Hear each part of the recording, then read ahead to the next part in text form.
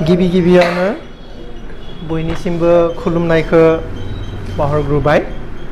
दिनै जोंनि कालाइगाव ओनसोलाव मोनसे जारिमिनारि सान होननानै जों बुंनांगोन, मानोना दिनैनि सानावनो जोंहा थुनलाइ मोखां बेखौ जोङो जागायजेनगोन दिनैनिफ्राय।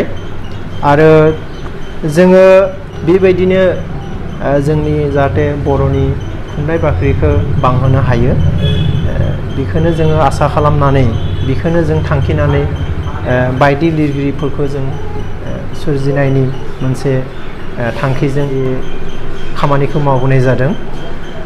आङो गोबां दिन बेबायदिनो थुनलाइनि बिदि सर्साव गैया। आङो आगोलाव गोबां माने खन्थाइ लिरदोंमोन, मेथाइबो सुजुदोंमोन।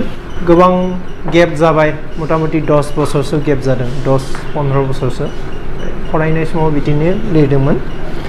आरो गेजेर ससेयावनो बिदिनो जों प्रफेसनेल राइटार हिसाबै लाबाय। दायो आङो गथ'फोरनि बिजाब लिरो, फरायसालिनि बिजाब लिरो। मथा मथि आंहा 16-18 खनसो बिजाबा दायो पाब्लिश जादों होननानै बुंनांगोन। इतिमध्य आंहा 10 खन बिजाबा पाब्लिश जाबाय। थांनाय बोसोर 13निफ्राय आङो खालामदों। 13आव गंथाम कम्पिउटारनि बिजाब खालामदों। ओमफ्राय 17आव 7 खन गोरलै सानखान्थि बिजाबखौ आङो साफायबाय। बिनि उनाव आङो मोननै प्रजेक्टआव आरो नांथाबनानै दङ। जायखि जाया आङो थुनलाइनि फोथाराव जदिउबो केशब बर' होननानै आं लिरो जेनेरेलनि नामखौ, आङो थुनलाइनि फोथाराव एस बड'सा होननानैनो लिरो। बे आंनि मोनसे बिमुं। आरो बायदि बायदि लिरगिरिफोरा बेबायदिनो लिरनायखौ जों नुयो।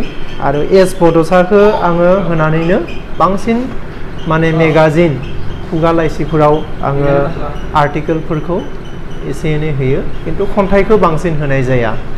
दिनै हाखु दाखुयै मैया हराव 10टा बाजाव आङो बेबायदिनो खन्थाइ दोंसे सोरजिदों। खन्थाइया बारा मोजां जानाय नङा, थेवबो लिरदों गोसोजों साननानै। बेखौनो आं फरायथिना होनो सानदों। आंनि खन्थाइनि मुङा जाबाय जिउनि लामायाव।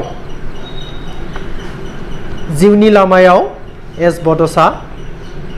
दिनै आंनि फारनै मेगनाव आय' दुखुथिया मावरिया। हाबाब जिउनि ओंथिया बेसे गोब्राब, गोसोनि नोजोरजों होरै बारै। बेयोदि इसोरनि अननाय आरो जिउनि माया बिलिरनाय। सुजुना दोननाय सिमांनि थफ्ला सानसे जोंनि खैफोदनि राहा होनना, बेनो बिसोरनि गोसोनि लुबैनाय। गोरलै गोसोनि गोथार जिउमा गेलेनाय आरो रंजानाय। थांखि नङा जिउनि बिथांखि, मोगथां नङा बियो सिमांनि रानि। लाइमोन बैसोनि गाब गोनां गोसोआ सिरिनाय मान्दार बिबार, फागुननि जावलिया बार। सिमाङा थेर बेथेर, मोगथाङा जेनिबो जेहेर। सोरखौ दुसिनो सोर बानस'नो, पापनि लैथोआव गबनाय आंनि जिउ। जोनोमगिरि आइनि मेगनाव रिफि खननाय सोरां रोदाया आन्दायना सौदावफैदों। सानै सानै रथ' रथ' बोहैलांब्ला, हरखाब गोसोआ बोराबब्ला, गावनो खुद्रिदों खाफालाव हमना नायथिंहरदों। गोजोन्थों। बेनो आंनि खन्थाइया। साबायखर नोंथां एस बड'सानिसिम। दायो नैथियाव खन्थाइ आवरायगोन जोंनि नाक्तिपारा गामिनिनो उन्दै फंबाय नोंथां कौशिक बर'आ। नोंथां फंबाय कौशिक बर'खौबो बे समाव खन्थाइखौ आवरायनो।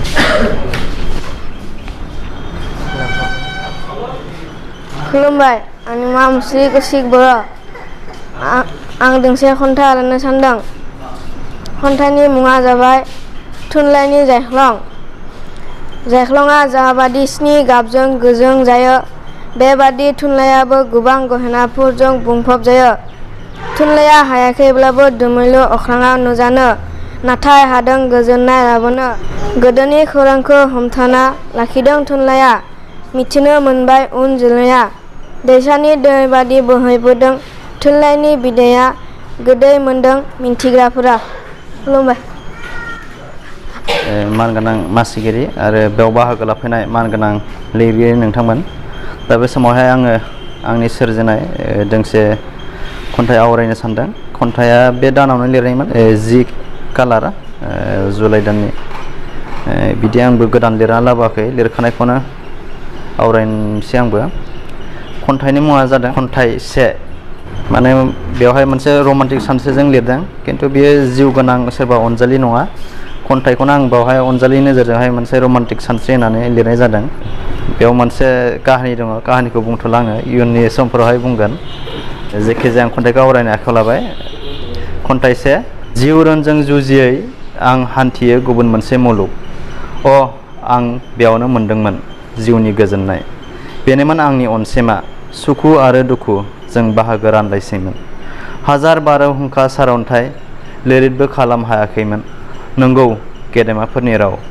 सम आरो बोथोरफोरा जोबोरैनो निष्ठुर बायगर आरो फोथायजाथाव नंथारा सहायबाय सहायनांदों सहायदों सिमान लायै गोरोन्थिया आंनिबो बेखायनो आं अजद खालाम हाया खालि उन दाहानि बनजारजों जुजाय बायदि रानस्रावै खामग्लि जादों दायो आं सहलसै नोंखौ गोसोखाङै गिलु बालु सानस्रिफोरजों आं खमलायसोयो लोरबां देहाजों फिन नोंनि जोनोम होनो नाजादों मिथिया नों आंनि खन्थाइ जानो हागोन ना हाया एसेनोसै खन्थाइया बेखिनियानो जोब्बाय गोजोन्थों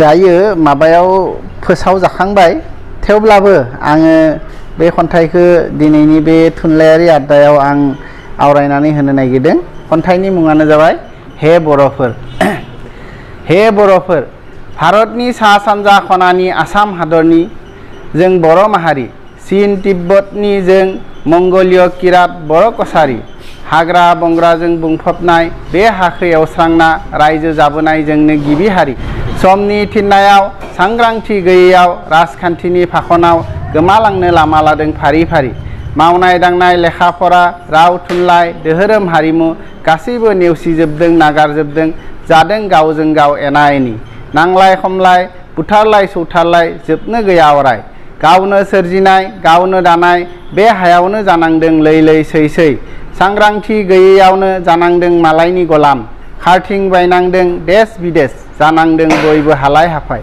21थि मुगायाव खौसे जायाब्ला बर' होननानै सिनायथि होनो दाव गाबोआब्ला मावनाय दांनाय लेखा फरा गासैबो बिथिङाव साग्रिद जायाब्ला गावखौ गाव सिनायाब्ला गोमोरलांगोन जोबस्रांलांगोन बर'फोर सानसे समाव खुलुमबाय खुलुमबाय आं खन्थाइया आगोलावनो लिरखाना दोननायसो दायो गोदान लिराखै थेवबो आं बेखौनो आवरायनो सानदों खन्थाइनि मुङा जाबाय उदखारि उदखारि सोर जाखो नों फुंसिनि मोनफ्रोमबो सायामाया सिमांनि लोगोआव आगानसे आगाननैयै आवगायलांदों नों मायानि बै हाथाइसालिसिम सोरदि जाखो नों मा नांगौ नोंनो सिथारलायनाय दावहा ना नों नुयो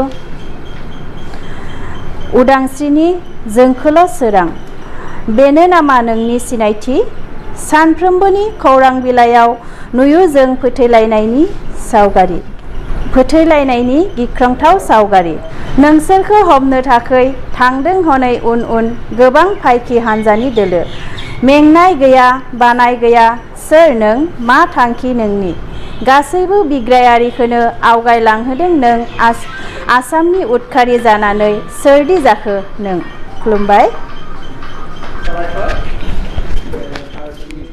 जा खन्थाइ आवरायनाय